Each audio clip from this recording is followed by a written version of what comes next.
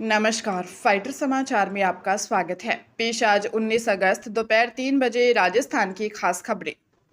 केंद्र सरकार ने राष्ट्रीय परीक्षा एजेंसी यानी एनटीए की परीक्षा व्यवस्था में बड़े बदलाव करते हुए प्रश्न पत्र तैयार करने वाली पुरानी टीम के करीब 600 प्रोफेसरों, शिक्षकों और विशेषज्ञों को बदल दिया है। पेपर सेटिंग के लिए एक नई टीम का गठन किया गया है और आंतरिक समीक्षा के बाद तैयार बदलावों की पूरी सूची जल्द ही लागू की जाएगी। प्रश्न पत्रों की जांच और निगरानी की प्रक्रिया को अधिक पुख्ता बनाने के लिए 4 स्तरीय पेपर चेकिंग सिस्टम लागू किया जाएगा। इसके अतिरिक्त एनटीए ने कार्यालयों को नए परिसरों में स्थानांतरित किया जाएगा, जहां दिल्ली के ओखला स्थित कार्यालय को मिंटो रोड स्थानांतरित किया जाएगा। इन नए परिसरों की सुरक्षा का जिम्मा सीआईएसएफ की टीमों को सौंपा जाएगा। केंद्रीय शिक्षा मंत्री ने अधिकारियों को परीक्षाओं के सुचारू संचालन हेतु आवश्यक बुनियादी ढांचा और सुरक्षा व्यवस्थाएं जल्द से जल्द तैयार करने के स्पष्ट निर्देश दिए हैं। केंद्रीय प्रत्यक्ष कर बोर्ड के कड़े रुख के बाद आयकर विभाग की फॉरेन एसेट इन्वेस्टिगेशन यूनिट ने अंतर्राष्ट्रीय बैंकिंग धोखाधड़ी और हवाला नेटवर्क के खिलाफ देशव्यापी कार्रवाई की है। इस राष्ट्रव्यापी अभियान के तहत देश भर में 394 ठिकानों और 36 कर सलाहकारों के परिसरों पर छापेमारी की गई। इस बड़ी कार्रवाई का केंद्र श्रीगंगानगर में प्रमुख रूप से बना है, जहां जयपुर, सीकर और अजमेर के साथ मिलकर संदिग्ध वित्तीय गतिविधियों पर आयकर टीमों ने दबिश दी। जांच में सामने आया कि सॉफ्टवेयर आयात और विदेशी परामर्श सेवाओं के नाम पर फर्जी तरीके से करोड़ों रुपए का फंड विदेश भेजा जा रहा था। सीए द्वारा गलत फॉर्म 15 सीबी सर्टिफिकेट जारी करने और बोगस डोनेशन के जरिए टैक्स चोरी के बड़े सिंडिकेट का भंडाफोड़ हुआ है। इस कार्रवाई के दौरान डिजिटल साक्ष्य, हार्ड डिस्क और डायरियां जब्त की गई हैं, जिससे बड़े बेनामी सौदों के खुलासे की उम्मीद है। सीकर भ्रष्टाचार निरोधक ब्यूरो की टीम ने रसीदपुरा टोल के पास कार्रवाई करते हुए उत्तर प्रदेश के अयोध्या के साइबर क्राइम थाने के एसआई यशवंत सिंह, कांस्टेबल पवन त्रिपाठी, सोहन लाल और गौरव चारक को 2,80,000 रुपए की रिश्वत लेते गिरफ्तार किया है। एएसपी विजय सिंह के अनुसार परिवादी के भाई के खिलाफ 2024 में अयोध्या साइबर थाने में दर्ज मामले से नाम हटाने के बदले रिश्वत मांगी गई थी। आरोपी सीकर आकर 2,80,000 रुपए की रकम लेकर अपनी कार से अयोध्या लौट रहे थे। एसीबी टीम द्वारा रोके जाने पर आरोपियों ने अपनी गाड़ी से एसीबी की कार को टक्कर मारकर भागने का प्रयास किया, लेकिन टीम ने पीछा कर चारों को दबोच लिया। प्रकरण की पुष्टि के बाद अयोध्या एसएसपी डॉक्टर गौरव ग्रोवर ने चारों पुलिस कर्मियों को तत्काल निलंबित कर दिया है। बीकानेर के आचार्य तुलसी रीजनल रिसर्च कैंसर इंस्टीट्यूट में निःशुल्क आपूर्ति के लिए आए बवेसियो एवेल्यूमैब सहित अन्य लाखों रुपए कीमत वाले महंगे कैंसर इंजेक्शंस की दिल्ली के ब्लैक मार्केट में कालाबाजारी का पर्दाफाश हुआ है।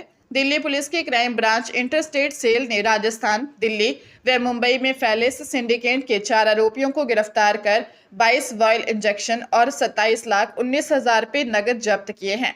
जब्त दवाइयों पर लगी सरकारी सप्लाई की मार्किंग मिटा दी गई थी। इस मामले में दिल्ली पुलिस ने आरएमएससीएल के प्रबंध निदेशक पुखराज सैन को कड़ा नोटिस भेजकर दवाओं के वितरण, मरीजों की सूची और स्टॉक का पूरा रिकॉर्ड मांगा है। आशंका जताई जा रही है कि सरकारी रिकॉर्ड में हेराफेरी कर दवाइयों को ब्लैक मार्केट में बेचा गया है, जिसकी पुलिस गहनता से जांच कर रही है।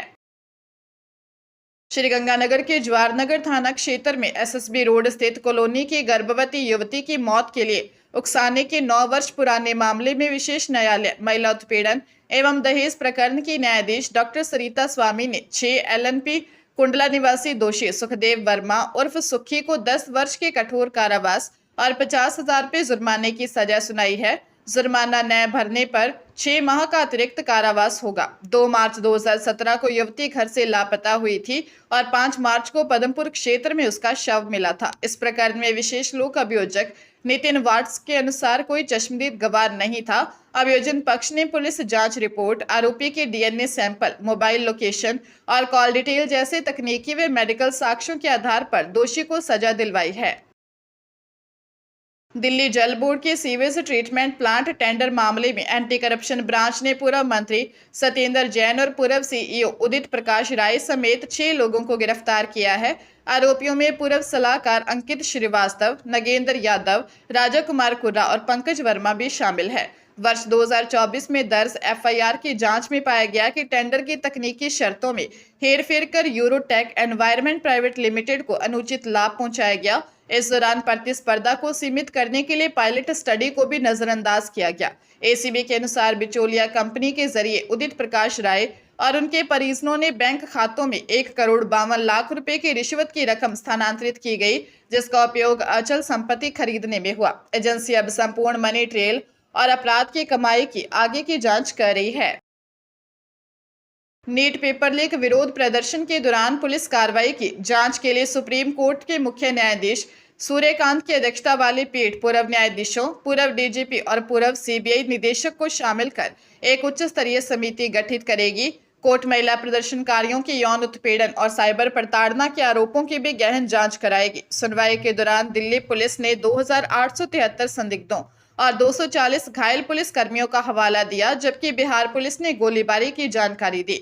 इस बीच सुप्रीम कोर्ट ने आरोपियों की संपत्ति जब्त करने और पहचान उजागर न करने से जुड़ी याचिकाओं पर केंद्र व राज्यों को नोटिस जारी किया है। दूसरी ओर शिक्षा मंत्री प्रहलाद जोशी के निर्देश पर एनटीए में बड़े बदलाव करते हुए 600 विशेषज्ञों को हटा दिया गया है।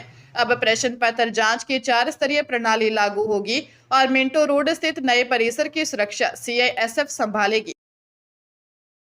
नेता प्रतिपक्ष टीकाराम जूली की अध्यक्षता में हुई कांग्रेस विधायक दल की बैठक में भाजपा सरकार को जनहित के मुद्दों पर घेरने की रणनीति तैयार की गई।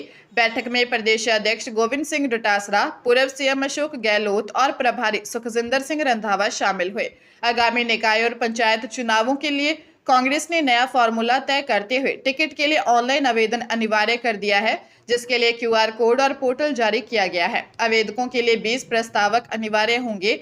सर्वसम्मति से निर्णय लिया गया कि निष्ठावान कार्यकर्ताओं और जेनजी यानी युवाओं को 60% टिकटों में प्राथमिकता दी जाएगी तथा किसी की सिफारिश पर टिकट नहीं मिलेगा। कांग्रेस एकजुट होकर जर्जर सड़कों, शिक्षा और बजट घोषणाओं जैसे मुद्दों पर सरकार को घेरेगी। पीसीसी में डोटासरा और रंधावा ने 23 जिलों के पदाधिकारियों के साथ चुनावी तैयारियों पर विस्तृत मंथन किया। जयपुर के मोहाना क्षेत्र में बकाया पैसों के विवाद को लेकर 25 वर्षीय सचिन की हत्या के मामले में पुलिस ने 12 घंटे में कार्रवाई करते हुए ठेकेदार बुद्धराम और उसके साथी कृष्ण को गिरफ्तार कर 2 दिन की रिमांड पर लिया है, जबकि एक बाल अपचारी को भी निरुद्ध किया गया है। महाराष्ट्र जाने वाली ट्रेन छूटने के कारण सीकर निवासी सचिन जयपुर से अपने दोस्त हैप्पी के कमरे पर रुका था। दोनों ने शराब पी और हैप्पी ने ठेकेदार बुद्धराम द्वारा बकाया पैसे न देने की बात कही। जब दोनों पैसे मांगने पहुंचे तो कहासुनी हो गई। इस दौरान 38 वर्षीय ठेकेदार बुद्धराम, 20 वर्षीय कृष्ण और नाबालिग ने मिलकर सचिन पर जानलेवा हमला कर दिया। मौके पर मिली एक चप्पल से पुलिस को पहला सुराग मिला और तकनीकी जांच व पूछताछ के आधार पर पुलिस ने आरोपियों को दबोच लिया। फिलहाल पुलिस आरोपियों से पूछताछ कर रही है। जोधपुर के मंदौर जिला अस्पताल के नए 200 बेड के भवन का लोकार्पण होने के बावजूद मरीजों को इसका लाभ पूरी तरह से नहीं मिल पा रहा है। केंद्रीय मंत्री अमित शाह के राजस्थान दौरे के दौरान वर्चुअल माध्यम से इस भवन का लोकार्पण किया गया था। हालांकि लोकार्पण की औपचारिकताएं पूरी करने के बाद भवन पर ताला लगा दिया गया है। आरएसआरडीसी द्वारा लगभग 20 करोड़ रुपए की लागत से तैयार इस नए 200 बेड क्षमता वाले भवन से मंदौर और आसपास के लोगों को बेहतर चिकित्सा सुविधाओं की उम्मीद थी, लेकिन पर्याप्त स्टाफ और संसाधनों की कमी के अभाव के कारण अस्पताल फिलहाल पुराने भवन में ही संचालित हो रहा है। प्रतिदिन करीब 800 मरीजों की ओपीडी वाले इस अस्पताल में पर्याप्त मानवीय और तकनीकी संसाधन उपलब्ध कराने के बाद ही जनता को वास्तविक राहत मिल सकेगी। सीकर जिले में खाटू श्याम जी धाम से 15 अगस्त को अगवा किए गए 20 माह के मासूम को पुलिस ने सकुशल बरामद कर उसकी मां को सौंप दिया है। इस मामले में पुलिस ने आरोपी महिला पिंकी को हरियाणा के वल्लभगढ़ से गिरफ्तार किया। मूल रूप से बिहार की रहने वाली आरोपी महिला ने पूछताछ में खुलासा किया कि शादी के 4 साल बाद भी संतान न होने के कारण वह मन्नत मांगने खाटू श्याम जी आई थी। भीड़ में बच्चे को अकेला देखकर उसने उसे पालने की नियत से अगवा कर लिया था। एसपी प्रवीण नायक नूनावत के अनुसार 6 टीमों और 100 पुलिस कर्मियों ने करीब 500 सीसीटीवी फुटेज खंगालकर आरोपी को दबोचा। घटना के दौरान महिला ने बच्चे को बिस्किट और पैकेट का दूध पिलाया। इस घटना ने धर्मशालाओं में बिना चेकिंग ठहरने वाले संदिग्धों की सुरक्षा पर भी सवाल खड़े किए हैं।